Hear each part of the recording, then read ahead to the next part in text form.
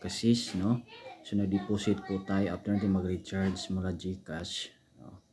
Nag-deposit po tayo uli ng 500. Okay, ayan. Tapos pag may laman na yan, GCash gamit natin na dyan sa recharge. Project tayo. Tapos hanapin natin yung 500 kasi yan lang ang meron tayo ngayon sa GCash. Hanapin itong daily income. Tapos 500. Ayan. After nyan, buy copies po tayo. Ayan.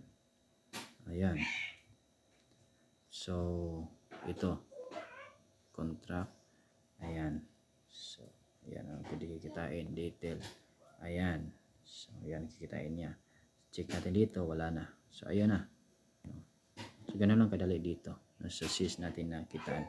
So, check natin din dito sa energy levels. Merong free. Ayan, mawi-withdraw po natin yung after dito. So, tingnan natin dito. Wala pa. Check natin yung date for April 1 and 2. May exchange dyan. Exchange po yung Tapos, huwag kalimutan mag-check in daily. Check in mo po ito. Ayan. Sign in successfully. Ayan.